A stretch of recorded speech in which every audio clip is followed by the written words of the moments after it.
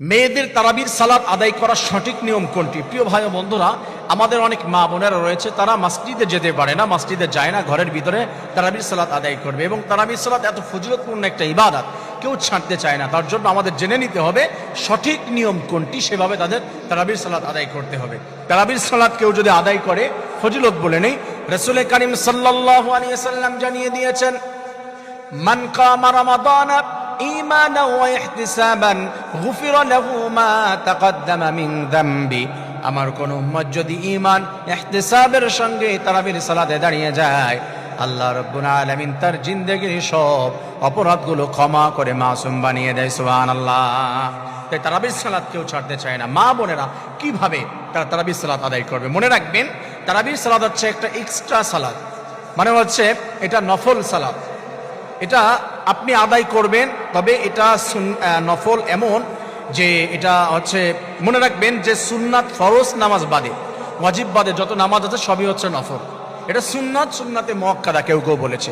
ও অনেক তাকিদপূর্ণ, মানে অনেক গুরুত্বপূর্ণ একটি সালাত আমরা আদায় করার চেষ্টা করব। কিন্তু এই সালাত আপনি আদায় করার জন্য যদি ব্যবস্থা থাকে মসজিদে যাওয়া, সেখানে চতুর্দিক দিয়ে, আমি ওইদিকে ব্যাখ্যা দিতে চাচ্ছি না, এবং চান মসজিদে যেতে, সেফটি থাকে 100%, সেক্ষেত্রে আপনি মসজিদে যেতে পারেন।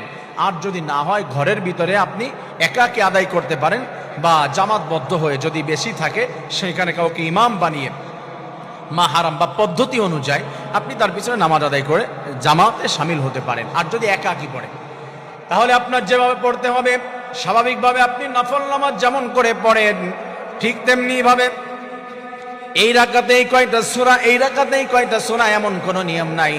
সাধারণভাবে আপনার যদি মুখস্থ বেশি না থাকে, প্রথম রাকাতেই সূরা ফাতিহার পরে ইখলাস পড়তে পারেন, তারপরে আপনি সূরা নাস পড়তে পারেন, চাইলে আপনি সূরা কাউসার পড়তে পারেন, তারপরে ইখলাস পড়তে পারেন, চাইলে আপনি ফিল পড়বেন, তারপরে আপনি কুরাইশ পড়বেন, যেইভাবে চান পড়তে পারেন। এটা 3 বার, ওইটা 5 বার, এমন কোনো নিয়ম হাদিসের ভিতরে নাই।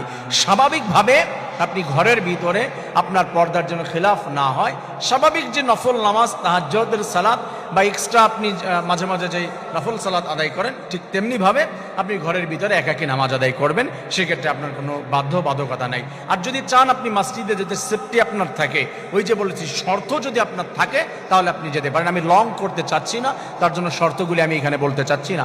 আল্লাহ রাব্বুল আলামিন আমাদের প্রত্যেকটি মা, প্রত্যেকটি বোনকে, প্রত্যেকটি মেয়ে লোককে সুন্দরভাবে তারাবির সালাত আদায় করে আল্লাহ রাব্বুল আলামিনের কাছ থেকে তাকওয়া অর্জন করে এই মাহে রমাদানুল মুবারকের প্রত্যেকটি রহমত, মাগফিরাত এবং নাজাত আল্লাহ তাআলা হাসিল করার তৌফিক দান করুন।